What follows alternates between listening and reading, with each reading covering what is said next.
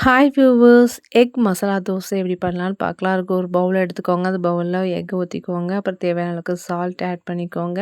Chicken 65 powder என்ன செஞ்சுக்கோங்க add பண்ணிவிட்டு, பெப்பர் பவுடரும் ஆட் பண்ணி நல்லா என்ன செய்யுங்க மிக்ஸ் பண்ணி விடுங்க. மிக்ஸ் பண்ணி தனியா எடுத்து வச்சுட்டு, அடுப்பில ஒரு தோசைக்கல் வச்சுக்கோங்க. தோசைக்கல் நல்லா ஹீட் ஆனதுக்கப்புறம் ஒரு தோசைய ஊத்திக்கோங்க. நல்லா என்ன செய்யுங்க, தோசை வேகட்டும்.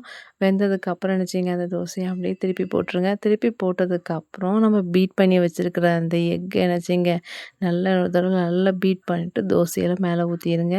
ஊத்துனதுக்கப்புறம் என்ன செஞ்சுருவோம், தோசை ஃபுல்லா அத நல்லா ஸ்ப்ரெட் பண்ணி விட்டுருங்க. என்ன செய்யணும், எக் தோசை ஃபுல்லா வர மாதிரி என்ன செஞ்சுருங்க, நல்லா ஸ்ப்ரெட் பண்ணிடுங்க. ஸ்ப்ரெட் பண்ணிவிட்டு கொஞ்சம் ஆயில் கூட ஊற்றி என்ன செய்யுங்க, நல்லா வேக விடுங்க. நல்லா அது சரி வெந்ததுக்கப்புறம் என்ன செய்யுங்க, நல்லா அந்த தோசையை அப்படி நீட்டாக அப்படி அழகாக திருப்பி போட்டுருங்க. திருப்பி போட்டதுக்கப்புறம் கீழே உள்ள அந்த எக் என்ன செய்யணும், நல்லா வெந்து வரட்டும். வெந்து வந்ததுக்கு பார்த்தீங்கன்னா, சூப்பரான எக் மசாலா தோசை ரெடி.